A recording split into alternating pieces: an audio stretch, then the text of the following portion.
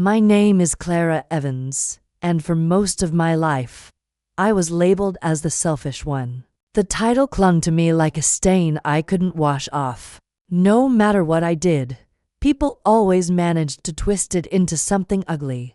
It wasn't that I didn't care.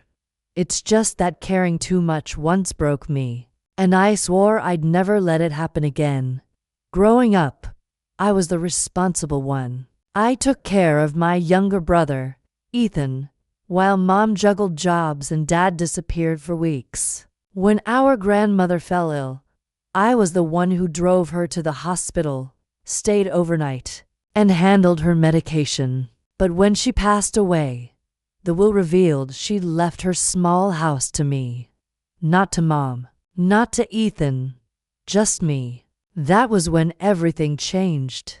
They didn't see the sleepless nights, the meals I skipped, or the dreams I gave up. All they saw was a piece of property, and suddenly, I became the villain. Clara's greedy, my mother whispered. She only cares about herself, Ethan said. Their words cut deeper than I expected. For the first time, I felt completely alone in my own family. When I tried to explain that Grandma had insisted, no one listened.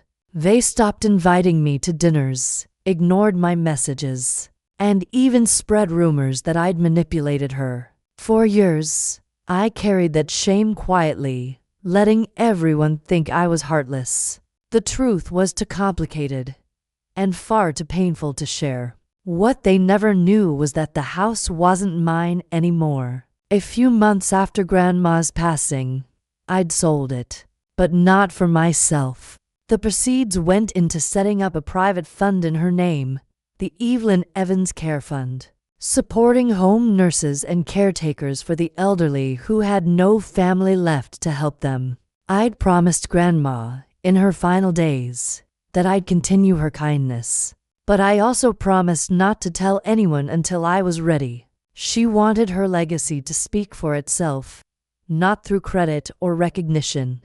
Years went by, and I stayed quiet. Whenever I saw Mom and Ethan struggling, I sent anonymous payments to help with rent or bills. I couldn't bring myself to face them, but I couldn't bear to see them suffer either. Every act of giving came with a sting.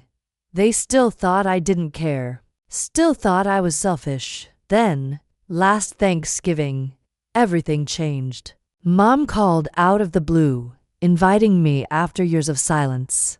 I hesitated, but something told me to go. When I walked in, the tension was thick. They barely met my eyes. I sat quietly through dinner, listening to them talk about struggles, about debts piling up, about feeling abandoned by everyone, including me.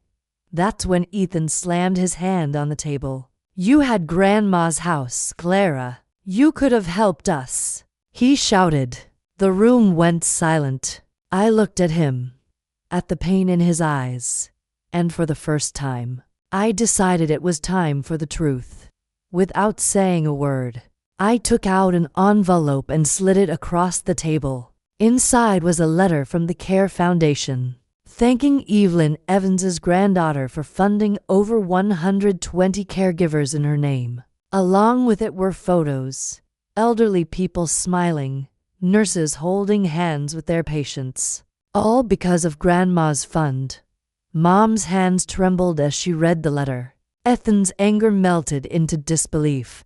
You did this?" he whispered. I nodded, tears blurring my vision. "It was Grandma's wish," I said softly. "I wanted her love to reach people who needed it most. I didn't need recognition. I just wanted her memory to live on."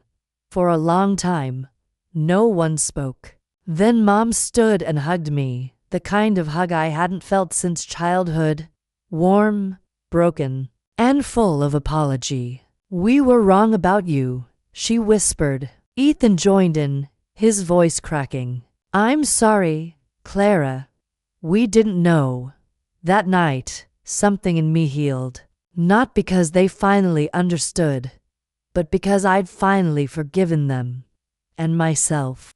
The label of selfish didn't matter anymore. What mattered was that I'd kept my promise.